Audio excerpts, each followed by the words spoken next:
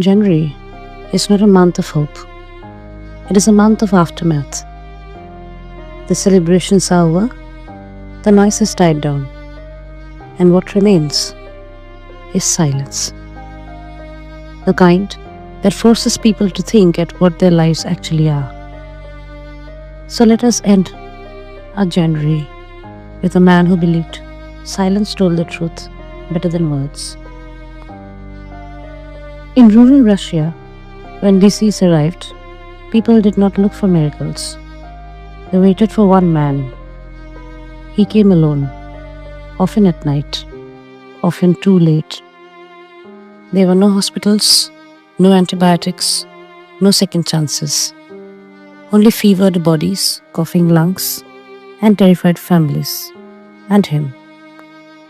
What frightened people wasn't the deaths. It was the way he stood in the room. He did not pray loudly. He did not promise recovery. He did not soften the truth. He watched. Carefully, precisely, as if human suffering were a specimen laid open for study. He traveled for hours through mud and snow to reach the patients he knew he could not save. He noted symptoms. He listened to final words. He observed the exact moment when the body surrendered. And then he left. No speeches, no comforting lies. At night, when the villagers slept, the man wrote. He did not write about courage. He did not write about faith. Did not write about redemption. He wrote about boredom, unhappy marriages, wasted potential, about people who continue living long after meaning has quietly disappeared. Readers felt uneasy. They asked uncomfortable questions. Why does no one change? Why does no one get punished or rewarded? Why do these stories end so quietly? Why does the writer refuse to guide us? Because he believed something unsettling. He believed that comfort can be dishonest, that emotional reassurance often hides the truth, that hope, often offered too easily, becomes a lie, and that the writer, like a doctor, must first diagnose, not console.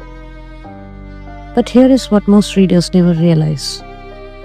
The man who watched others die was dying himself. For years, tuberculosis, coughing blood, fever, exhaustion. Every patient he treated could shorten his life further. He knew this, and still he went. No heroism, no speeches, no belief that suffering makes one noble. Just work, observation, truth.